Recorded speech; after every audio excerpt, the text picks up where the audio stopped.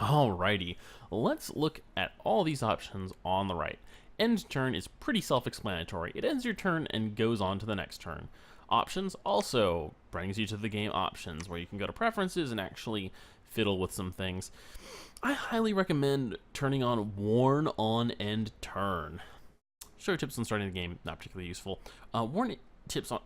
I don't know why I threw in that little note. But warning on end turn will tell you if there are idle commanders when you try to end your turn. For example, if I set this guy, as I said, to defend, I hit end turn, it says, oh, well, there's two commanders that aren't doing anything useful. Are you sure you want to end your turn? And in fact, no. If I was actually playing this game, I would definitely not want to leave these commanders doing nothing. I'd want to attack with the thrice horned boar and scout with the scout and go on to do stuff.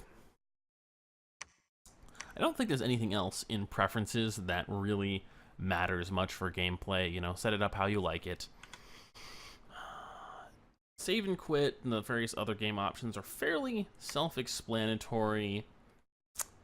There's not much to go into there. Map filters will actually... Oh, you know, see, it must have been miscellaneous right here that I was turning on and off. Or neighbors? Neighbors is the links. Miscellaneous is the one that didn't seem to do anything. I'm not sure what they put in miscellaneous. Well, anyway, so that's the map filters if you don't want to use the hotkeys 1 through 9 to mess with them. Statistics is typically turned off, like that's the standard for score graphs anyway. Nation overview just looks at your nation, right? This can be pretty useful. I find it to be so confusing when you have a large number of units that it doesn't actually help very often when you are commanding a large nation. But it gives you an idea of what units you have. It lists all of your commanders. It'll show these swords if they are commanding troops, what commands they have. It'll tell you details about the provinces that they're in, and it'll tell you about their magic pads right over here under searches. So something that's a little more useful, perhaps, would be score graphs. If it was turned on, which it shouldn't be. You see, here I have 2 nations, so there's not really much interesting stuff going on, but this will actually look like, you know, regular side-scrolling graphs, and it'll give you an idea of how well your opponents are doing. For example, if you were to see one nation far above all the others in provinces, that would be a clear indication that they are doing better than you and everyone else. And if it was you, it might be a good idea to anticipate your opponents teaming up on you, or maybe that you need to kill someone early while you still have that advantage. You know, income, gem, income, and research can all indicate similar things. Army size, of course, as well, will give you an idea of who's massing units. However, most games should be played with the statistic turned off. It's highly unbalancing. Hall of Fame, I don't see anything here yet, but as soon as a unit kills a few guys, right, your first couple commanders are going to get heroic abilities, and heroic abilities are given to units who enter the Hall of Fame for having a certain amount of experience in kills, right? And they'll be in the top 15 guys in the Hall of Fame. You can set it to different amounts, but I've set it to 15. And it'll list the nation, the number of kills, the amount of experience, and the name of the unit, which will give you an idea of what they are. This isn't super relevant. Heroic abilities can be very useless, even slight penalties, but sometimes they can be very useful. And occasionally, if you're playing a nation who has super combatants like Niflheim, then lucking out and getting a powerful heroic ability on like a Nifl Jarl can be a pretty big deal. And I don't know if I've ever really had a use for the Hall of Fame, but it can be fun to look at, especially because players can rename their heroes and you can see what heroes other people have acquired. Now, this is a screen that's actually super useful.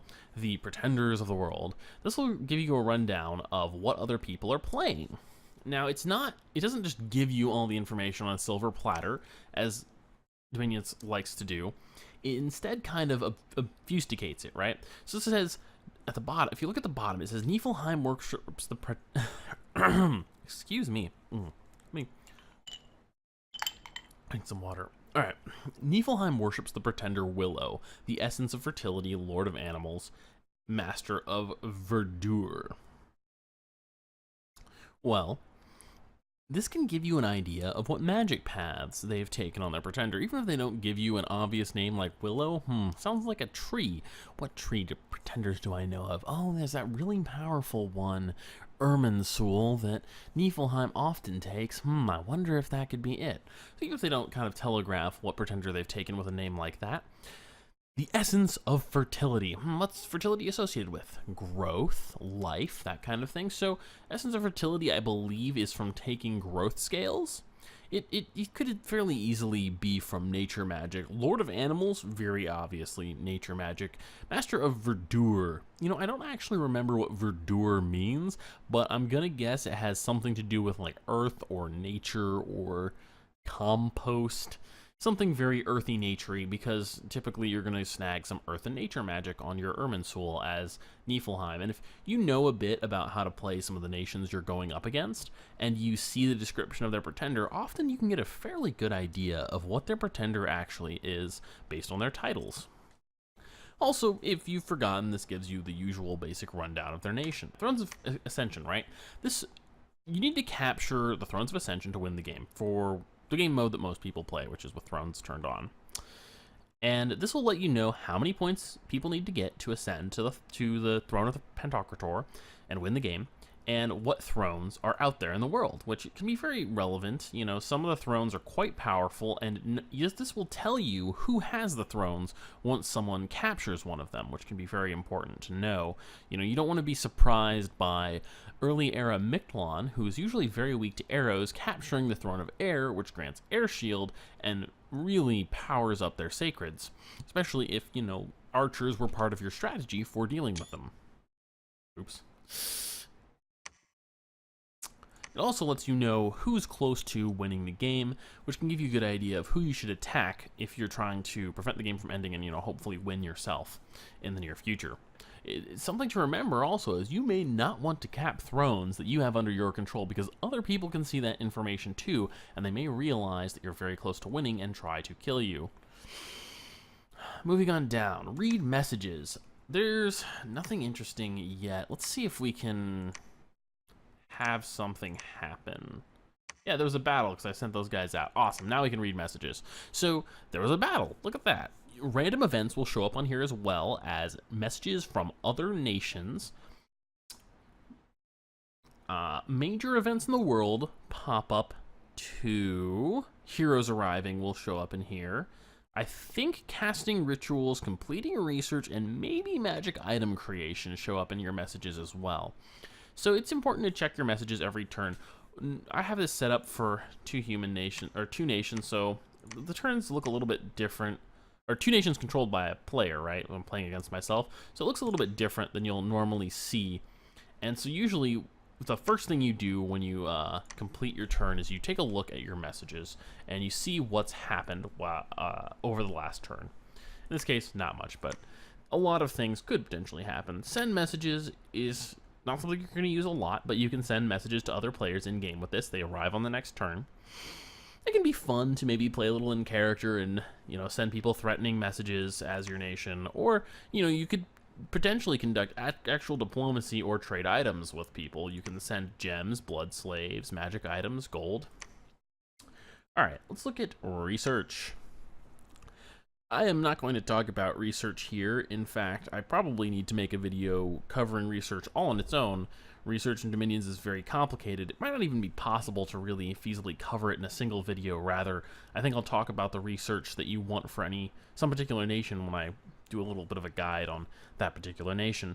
This, however, is your research screen. This green bar we have on Enchantment, this shows how much by percentage of your research you're putting into enchantment. The plus and minus keys will allow you to, I guess I can't really do very much of interest with them yet.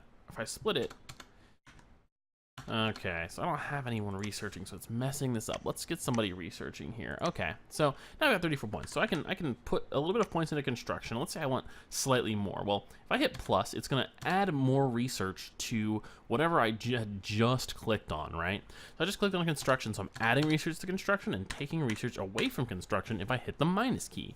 So you can kind of fiddle with this to make sure you get just the exact amount of research to get to the next level and not waste any points when you need to like switch gears because you just hit your evocation goal and want to research something else next.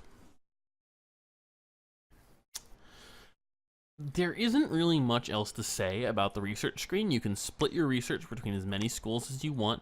Normally, you would only be splitting your research if you between maybe like 2 schools, right? Or if you have a huge amount of research and suddenly you're like, all right, I want to get, I don't know, Conjuration 3, Thaumaturgy 1, and Blood Magic 2, and you might, split up your research to hit all those goals in one turn. Normally, though, you'll just say, like, all right, I only need 10 points left in Alteration, and Conjuration is next, so you'll set it up so 10 points are going into Alteration, and then all the rest is going into Conjuration to get you towards that next goal you're aiming for. Global enchantments, there's nothing here, but if someone casts a global spell, let me pull up an example of a global spell really quick. We'll look in some of the really fun things in Blood. Everyone's favorite, astral corruption. And this causes horrible eldritch horrors. I'm gonna leave some horrors a little redundant there. Horrible eldritch horrors to come from another dimension and murder you when you try and cast magic, or like craft magical items. And it's a global spell, which means it affects all players in the game at all times. It has the caveat of not affecting mages with blood magic paths when they're doing blood things. So it's nice for you if you're a blood nation and no one else is. And if you were to cast that, it would show up here in the global enchantments list, and people could click on it and take a look and see that you had cast this horrible global enchantment, and they should all go kill you for that. Because trust me, everyone is going to want to kill you if you cast Astral Corruption, which doesn't mean you shouldn't do it, but hey. This is your magical resource treasury. Again, you can just access it from 2 different places by clicking on the gems or clicking over here. Magical item treasury is a little bit different. I believe you can also access the magical item treasury by clicking on inventory slots in a unit. Like if you wanted to equip something, like see, he's got these different inventory slots. I can click on that, and that goes to the magical item treasury as well. And this is going to be all your magical items that you can use to outfit commanders. I guess I could say more about them, but this is really all about the UI, so that's about all there is to it. You have this many storage slots. I don't think there's any way to expand it. I've never filled it up, so I'm not sure if it scrolls down once you fill the thing up, or if you're just kind of screwed if you actually have this many magical items. All right, moving on. Army setup screen. This is where you're going to do a lot of your gameplay. You can set battle orders for units, as well as control where units are placed on the battle map. Let me recruit a few units so I can play around with them to show you how this works, although I won't go into tactics today. Alright, so now I've got a little bit of an army. We can put them under Baconator, the Thrice-Horn Boar. So, if you see here, this is orders for your units. This is orders for your commanders, right? So I can have them cast spells or attack things, hold, attack, etc., etc. And this is where you assign units to your commander. So I can select a couple of these guys, right? Sorry, that's a little bit of a mouse error there. If I double click, it'll select them all. If I single click, it'll select one guy, and I can move him around. I can put him under, like I can't command troops. Oops. I can put him under a different commander, or I can put him under a different squad in the same commander by. When I have a squad like this, right? If I click into the squad, he goes in the squad. But if I click someone in the squad or someone out of the squad and click them on the commander, he goes into a new squad. So that's how you can set up a couple different squads. Now, why might I want to do that? Well, if you click on these green squares, this is the square for the regular units. This is the square for the commander. And this can let you control where on the battlefield you have placed these units. This is towards the front of your forces, this is towards the rear of your forces, and these are different formations that you can place on them. This is also the top versus the bottom of the battle map. So it's not too hard to understand. This is how you set up tactics for your army, right? Like maybe I put these guys out in the front and they're gonna soak up archer fire and throw their javelins at the closest enemies, and then this guy, maybe pretend he's a force of high-speed, powerful cavalry, which is very rarely a thing, but he might wait a little bit for the enemy to draw out, and then he'll charge and attack the rear and kill their mages. It's something you might do, and then this guy's going to cast some spells, that kind of thing. You can control the position of the commanders the same way.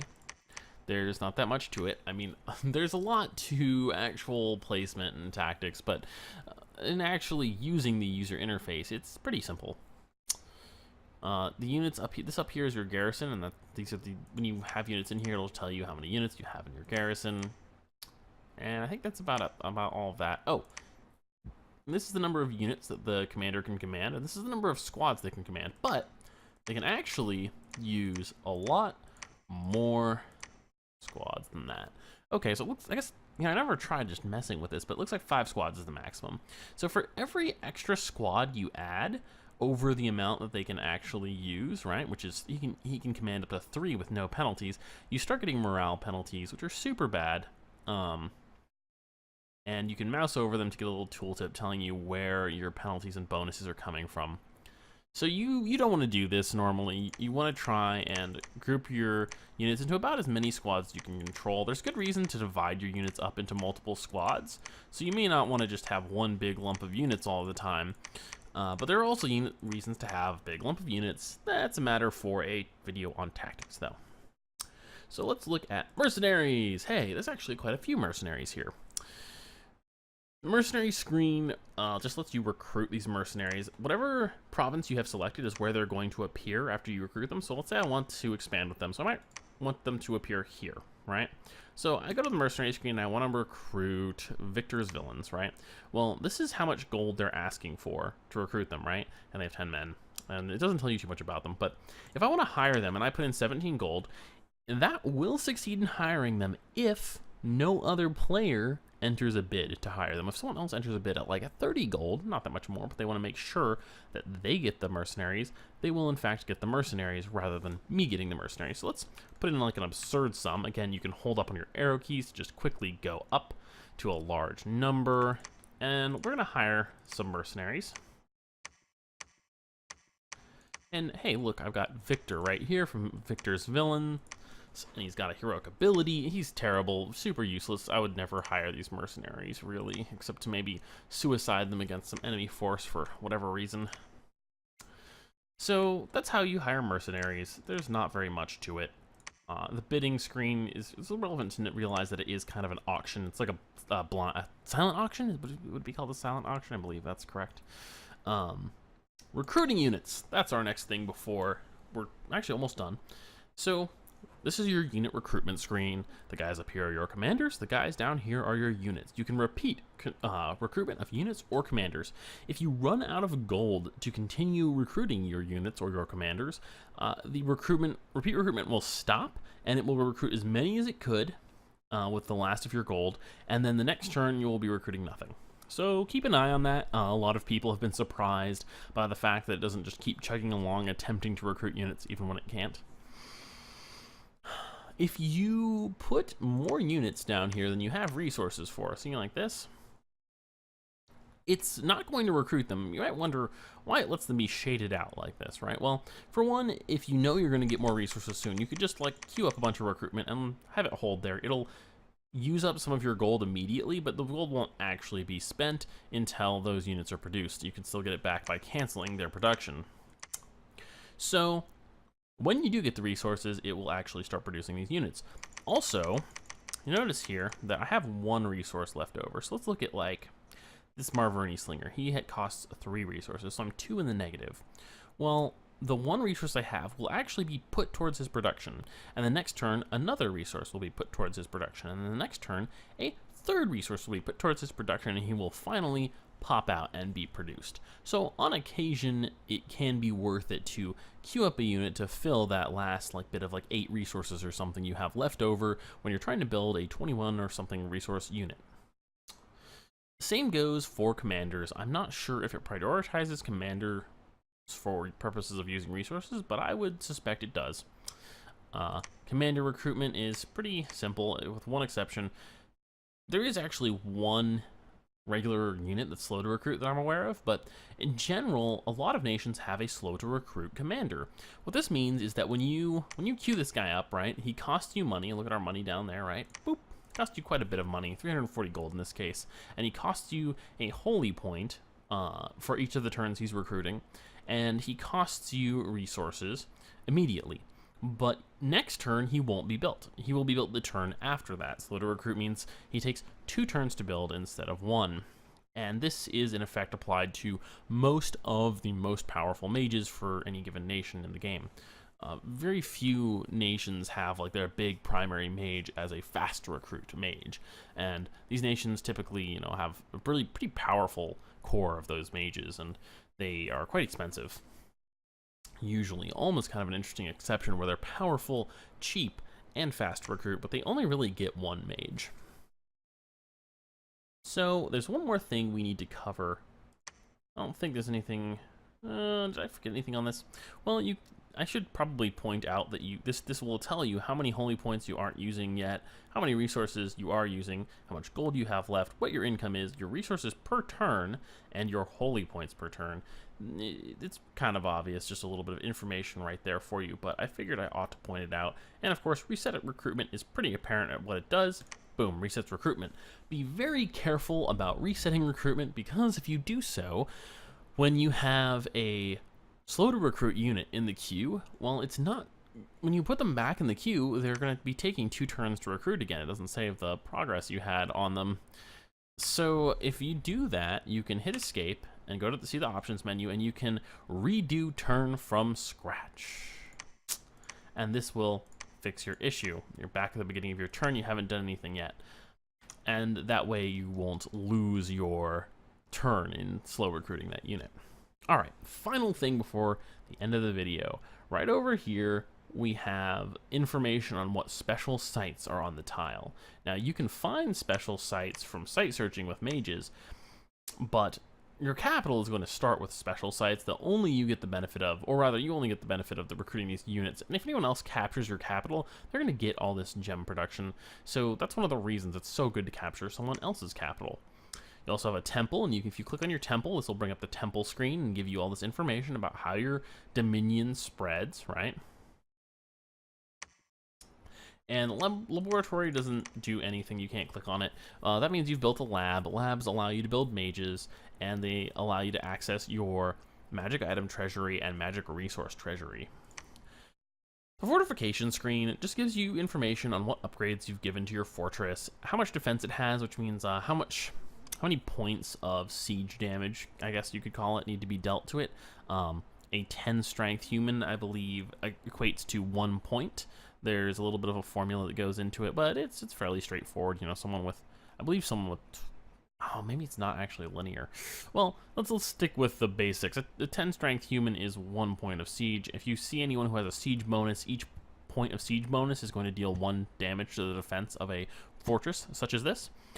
Supply storage is, how much supplies you have in the event of a long siege before your units start starving, and administration determines what percentage of resources you can pull from adjacent provinces to give your castles more resource production.